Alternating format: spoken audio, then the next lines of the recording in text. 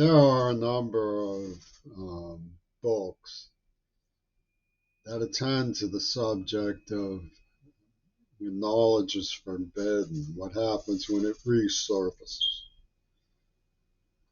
And for example, I think there's a book called, I don't remember which one it was. It was an Ayn Rand novel, one of her early ones. And it was fiction. And they discover something like a book that has the first person pronoun I. And it's like this mystical thing that's formulaic to her stuff. That's a bad example, but that's the idea, forbidden knowledge being discovered. Oh, I know. The Agony and the Ecstasy by Michelangelo, by Irving Stone. One of its researchers was that lady who wrote To Kill a Mockingbird, I think.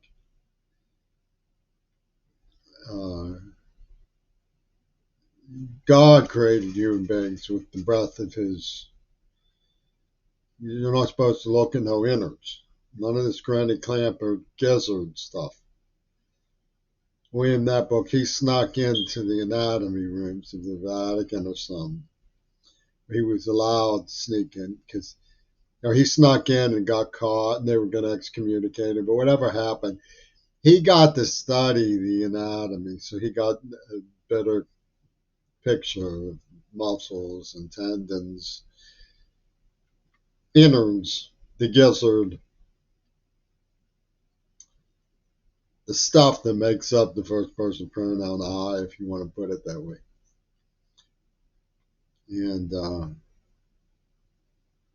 Pope was lax or lenient is the right word, because of his talent was considerable. He didn't allow him to, made him put loincloths on the gizmos to procreate. But besides that, he was given a fairly free hand. And, according to the book, the Carrara marble he made David was cut in an angle because it was a flawed marble. Let me see. Tree of knowledge, don't bite that apple, no.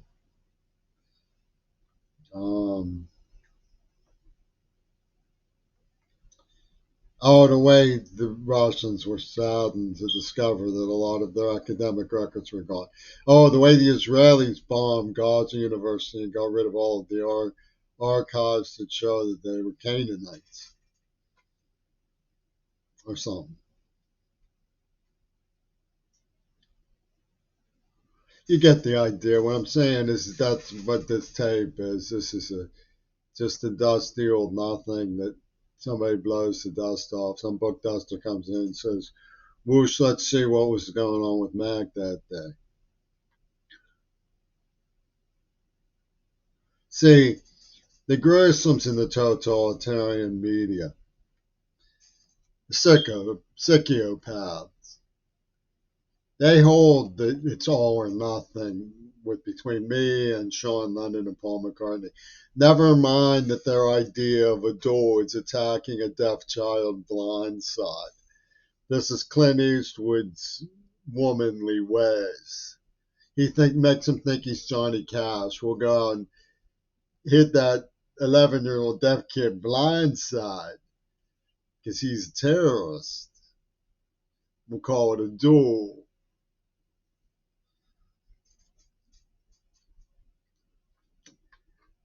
All or nothing. When they start me with nothing and leave me nothing and take everything, it's just verbiage. But you get the idea. They're supposed to be taken seriously because they can kill and kill again.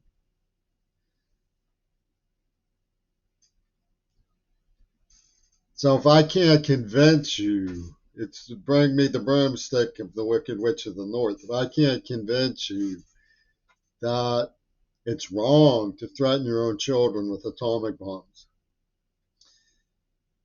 and to help people who kill you and your friends by saying they're better than we are. And that John Lennon pulled a Houdini. If I can't convince you that John Lennon pulled a Houdini, then they win everything, right?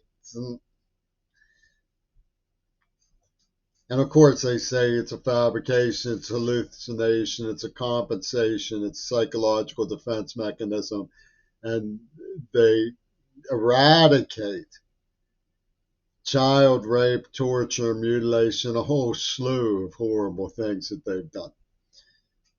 Threatening someone with HIV, giving them Parkinson's, slasher murdering bystanders, the sort of stuff that goes on when card sharks are bickering over gangster spoils, as Sean Lennon and his cronies are doing, with Robert Kennedy Jr. evidently in on the act. All or nothing. Hallucination. Well, they're the ones who control the hallucination industry, by the way, and the media. It's actually proving John Lennon pulled Houdini isn't much of a problem. Getting the information published is because it's a blackout on them. It's too revealing. But even if they were to put everything out, they'd say, ah ha ha, Jimmy, you are funny, because they prefer to side with the winners. But it's important to remember what it is they stand for when they are forced to argue their case. For example, Henry Wade, I knew a Wade Beebe who figured in the crowd around Martin Andelman. He was introduced to me by Martin Andelman, you know, the Leslie Katz magna cum thaws swimmer, the people who put on the big show for Jagger and Fripp. People, Wade Beebe. But Henry Wade was the sheriff who framed Oswald and represented the Texas school book of the Old Testament, Roe versus Wade. The ones who are going to prove their righteousness by genocide in Gaza. And the liberals are going to be caught with their pants down. Yep. And they're going to be blamed for it because it's their fault. Henry Wade, and being the same Henry Wade, and both Oswald and Henry Wade, doesn't make any sense at all. That's a connection. That's your trying to put the dots together when they don't belong, son. So when you have Oswald with the name James on his ID and the letters getting into James Curry's great-great-grandmother's napkins, don't mean nothing. No, son. The fact that the men named Ron attacked me were named Ronnie and Casper like Reagan and Weinberger. No, son. That's what they stand for. They stand for the idea that making logical reasoning evaluation of the people and the symbols involved is troublemaker, schizophrenia. You're going to bring trouble on yourself. You're just going to be disruptive. You're not allowed to go to school. We'll poison you in the mouth. That's what they stand for. That's what they factually stand for in Seattle and Pittsburgh. That's where they stand as a fact. If you look at the torture history, that's where they stand. the medical diagnostic history, that's where they stand. The police blotter history, that's where they stand. Thou shalt not make connections simultaneously, simultaneously in their glasnost, in their transparency, in their open book. They also say, and this is not a hallucination on their part, that virginity proves rape. So it was karma, it was police corrections, it was um, penal harm for them to chemically castrate me for leaving a girl untouched after dating her for 2 years. Because virginity proves rape. And Robert Fripp will prove this using Brian Eno on a neuroplasm that was implanted by Wattenmaker. You would think, given the fact that Sean Lennon hyper imagines that he needs to satisfy for his father's presumed his disappearance, okay, from a white, from an Irish, and he needs it. He needs it. The way a dog will chew a carpet, he needs it.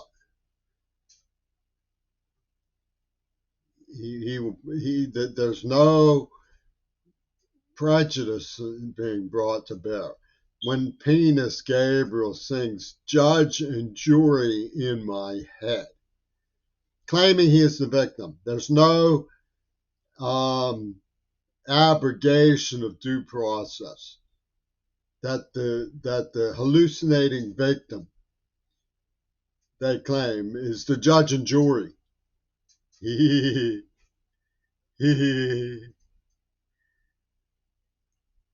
This is the reality that they represent, that you can only get out of by go ahead and prove John then had a Houdini queer ball.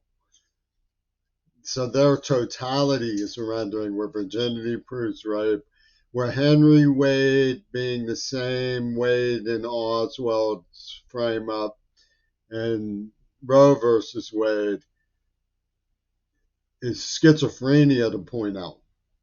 Much less that Jack Ruby and Charlie Manson had the same psychiatrist. Don't know, son.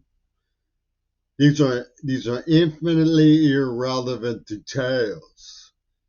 An attempt to connect the dots and subvert the logic of the performance, which is to relate unrelated matters. The fact that Jimmy Queerball didn't know what was going on is the guilt that Jimmy Queerball carries. According to Louis Lapham, one of their Spinnerini from New York. And the totality is that virginity proves rape and Henry Wade being the same Wade and Oswald and Roe don't mean nothing. And you can't get out of it because you've already been tortured and given schizophrenia and Parkinson's queerball. You can't get out of it. You've already been labeled the man who could have saved John Lennon because of the World War II decision by Harry Truman, which Henry Wade says, Clint Eastwood says, that's not a true man. If you want Eastwood, you're going to have to put up with chemical castration over virginity. And they chart with Texas Queer and Midori Goto. And that's schizophrenia to connect those dots. So the totality is that they want me to concede that Lennon really died so that I can argue that virginity doesn't prove rape. And these were the same people who killed him, because then Sean Lennon might say, we got to torture him, that's good enough. I'll tell you the um, sad truth is that the evidence shows that John Lennon was behind the whole thing. They weren't going to leave it to one madman to go out by chance on a night they'd planned for 100 years. Since the days that the nuncio was in Fayum, they've been working on this one. So, I'm just like Ignazio Salone hiding in a barn or something. But believe me, they torture me. And even if you don't believe me, they torture me. And their totality is virginity proves rape. And Henry Ray being the same man proves that it wasn't the same mission. Understand? There was only one Henry Wade, and that is Henry Wade. Understand?